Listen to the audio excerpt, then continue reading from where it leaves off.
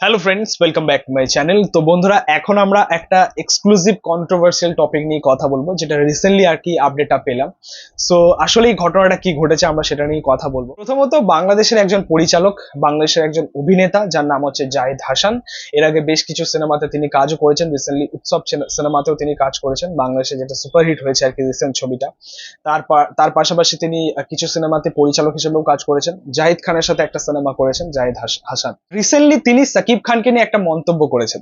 সাকিব খানকে ইন্ডাস্ট্রিতে মেগাস্টার বলা হয় এবং বাকিদেরকে শুধু চলচ্চিত্রের তারকাই বলা হয়, তাকে মেগাস্টার বলা হয়। আমার কাছে একটু বেশি বাড়াবাড়ি লাগে। এই মন্তব্যটা হচ্ছে জাহিদ হাসানের।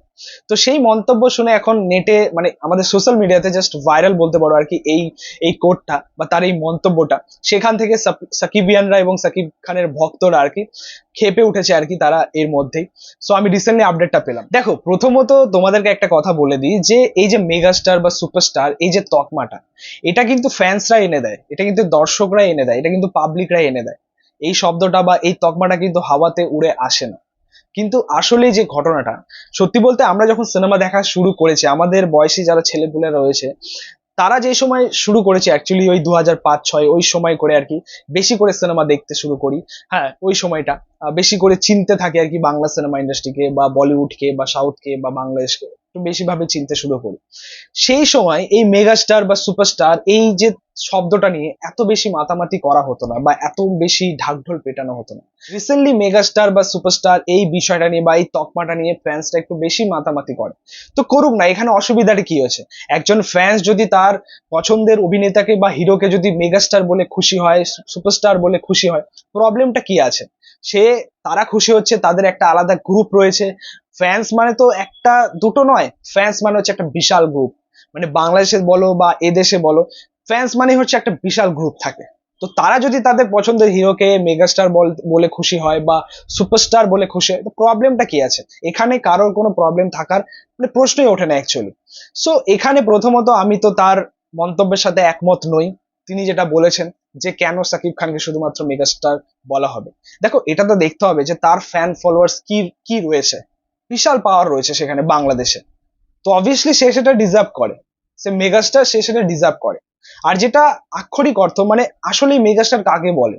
একটা ইন্ডাস্ট্রিতে যখন একজন স্টার 20 বছর রাজত্ব করবে বা শাসন করে যাবে, মানে একটার পর এক হিট দিয়ে যাবে এবং আলটিমেটলি ইন্ডাস্ট্রিকে শাসন করে যাবে, 20 বছর পর সে মেগাস্টার তকমাটা পাওয়ার যোগ্য হয়, যদি সে সেভাবে রুল করে যায় আর কি ইন্ডাস্ট্রিকে। যেমন আমাদের ইন্ডাস্ট্রিতে প্রসেনজিৎ চ্যাটার্জি রয়েছে, আমাদের জিদ্দা রয়েছে, 20 বছরের বেশি হয়ে গেছে। ওপার বাংলার সাকিব খানও 20 বছরের বেশি হয়ে গেছে। তো এরা অ্যাকচুয়ালি ডিজার্ভ করে মেগাস্টার তকমাটা। কিন্তু হ্যাঁ, এটা অবশ্যই ঠিক যে আমরা যখন সিনেমা দেখা স্টার্ট করি, সত্যি বলতে তখন আমরা অমিতাভ বচ্চনকে অমিতাভ বচ্চন বলেই চিনতাম, মিঠুন চক্রবর্তীকে মিঠুন চক্রবর্তী বলেই চিনতাম, প্রসেনজিৎ চ্যাটার্জিকে প্রসেনজিৎ চ্যাটার্জি বলেই চিনতাম, জিতকে জিত বলেই চিনতাম। এই মেগাস্টার সুপারস্টার এই বিষয়টা নিয়ে এত মাতামাতি ছিল না, এত ঢাকঢোল পেটানো হতো না। সেটা এখন মানে এই রিসেন্ট টাইমে এটা হচ্ছে। মানে এই ঢাকঢোল পেটানো বা মাতামাতি করা, অ্যাকচুয়ালি এটা ফ্যান্সদের একটা নিয়ম কানুন। ঠিক আছে, ফ্যান্সরা যেভাবে তার হিরোকে জাগিয়ে রাখতে চায়, চর্চা রাখতে চায়, তো অবশ্যই এটা তাদের ওয়ে, তারা অবশ্যই ঠিক কাজ করছে, ইন্ডাস্ট্রির জন্য ভালো এবং সিনেমার জন্য ভালো। অসুবিধাটা কোথায়? এবং মেগাস্টার সুপারস্টার তো তারা এমনি হয়নি। মেগাস্টার সুপারস্টার হতে তাদের অনেক পরিশ্রম ছিল, অনেক খাটনি ছিল। শুধুমাত্র একটা সিনেমা নয়, একাধিক সিনেমা তারা ইন্ডাস্ট্রিতে হিট দিয়েছে, ব্লকবাস্টার দিয়েছে, সুপার হিট দিয়েছে। তারপরেই কিন্তু তারা এই জায়গাটা অ্যাচিভ করতে পেরেছে। আমার মনে হয় তাদের এই কারনামার জন্য তাদেরকে অ্যাপ্রিসিয়েট করা উচিত, তাদের প্রশংসা, নিঃসন্দেহে প্রশংসা করা উচিত, চোখ বন্ধ করে প্রশংসা করা উচিত।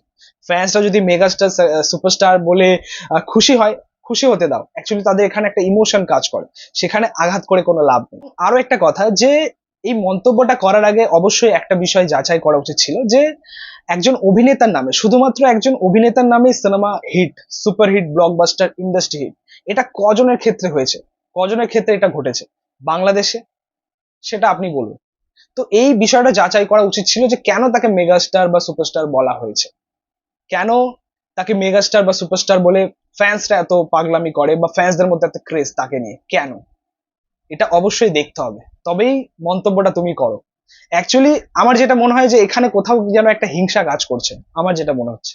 মানে অধিকাংশ মেকার্সদের ক্ষেত্রে আমি দেখতে পাচ্ছি বাংলাদেশে সাকিব খানকে মেগাস্টার বা সুপারস্টার বললেই কোথাও গিয়ে যেন একটা হিংসা কাজ করছে। মানে আমি দেখতে পাচ্ছি বিভিন্ন জন বিভিন্ন রকম সোশ্যাল মিডিয়াতে কমেন্ট করছে, মানে অনেক নির্মাতারা, মেকার্সরা, সিনেমার মেকার্সরাই তারাই কিন্তু বলছে।